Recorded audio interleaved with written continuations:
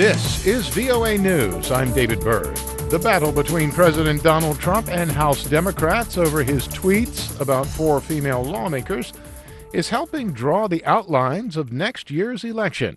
We get the details from AP Washington correspondent Sagar Meghani. It's being framed as racist versus socialists. The president says he has no regrets about his tweets telling the women to go back where they came from, and says he's winning the resulting fight. I'm enjoying it because I have to get the word out to the American people. Saying Democrats are going so far left they'll fall off a cliff. House Speaker Nancy Pelosi says the president's words were racist, and it's all a bid to create what she calls a fog around the real issues facing him. He's a great distractor. She's urging Democrats not to fall for it. With all due respect, let's not waste our time on that. Sagar Meghani at the White House. The House of Representatives Wednesday voted to block a resolution to impeach President Trump, effectively killing the measure for now, but not burying the issue that has divided the Democratic Party. On this vote, the yeas are 332, and the nays are 95, with one answering present. The motion is adopted. The resolution's sponsor, Democratic Representative Al Green, was seeking to capitalize on growing criticism of Trump after the president's recent attacks on minority congresswomen. Green had failed twice before to get an impeachment resolution passed, but Wednesday marked the first time the full House had addressed the matter since Democrats took the majority earlier this year.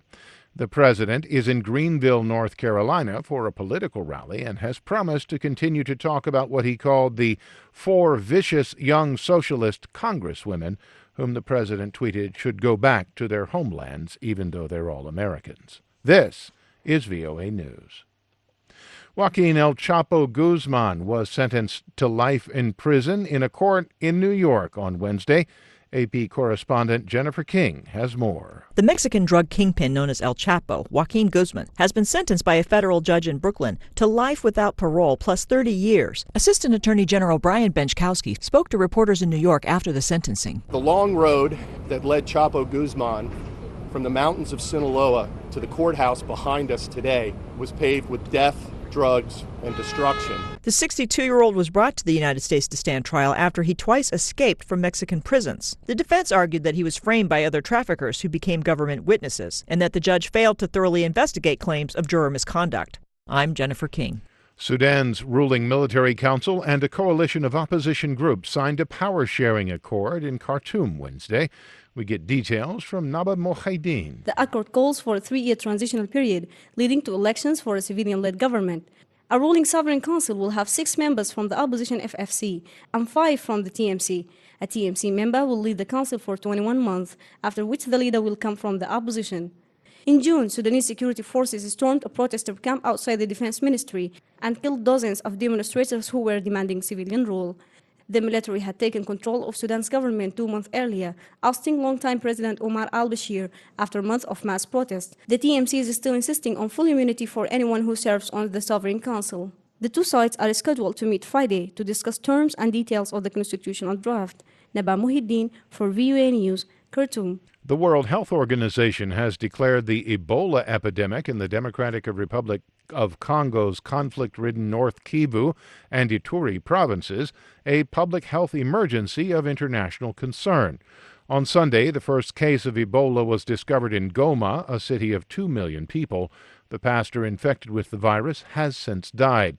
WHO Director General Tedros Adhanom Ghebreyesus acknowledged that the risk of spread of the disease in the DRC remains very high, but he says the risk of spread outside the region remains low.